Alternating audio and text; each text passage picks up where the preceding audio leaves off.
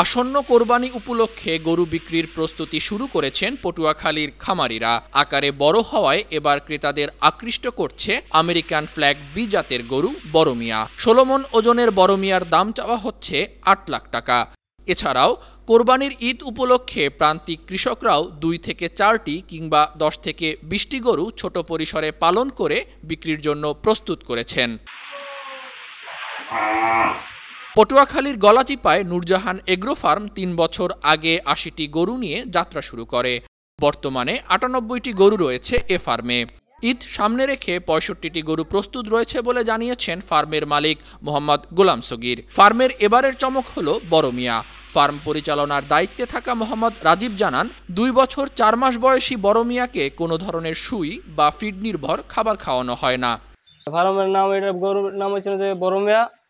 এটা আমাদের সব গরু সিদ্ধের আলাদা বড় সাইজ আর কি। এটা হইলে ফেলাকবি। এটা খাওয়ায় আর কি সবুজ ঘাস, আবার খের আছে, বুসি, খৈর, কেজিপার সাথে খাবার পায়। সবুজ ঘাসই বেশি আর কি। জেলার আবিহা এগ্রো ফার্মেও রয়েছে ৩৭টি গরু। এ ফার্মটি কোরবানির জন্য সম্পূর্ণ দেশীয় পদ্ধতিতে গরু পালন করছে।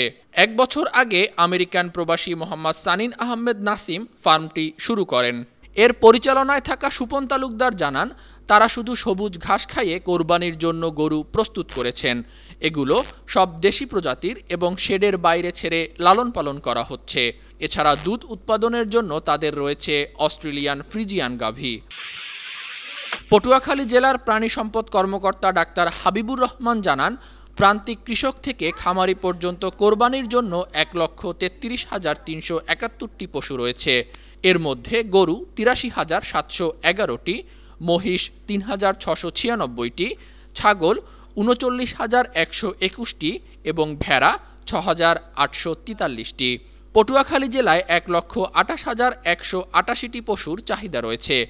এছাড়া কোরবানির জন্য পটুয়াখালী জেলা প্রাণী সম্পদ কার্যালয়ের উদ্যোগে সকল উপজেলার প্রাণী সম্পদ কার্যালয়ের আওতাধীন হাট বাজারে মেডিকেল মনিটরিং টিম গঠন করা হয়েছে, যাতে কেউ অসুস্থ পশু হাটে বিক্রি না করতে পারে।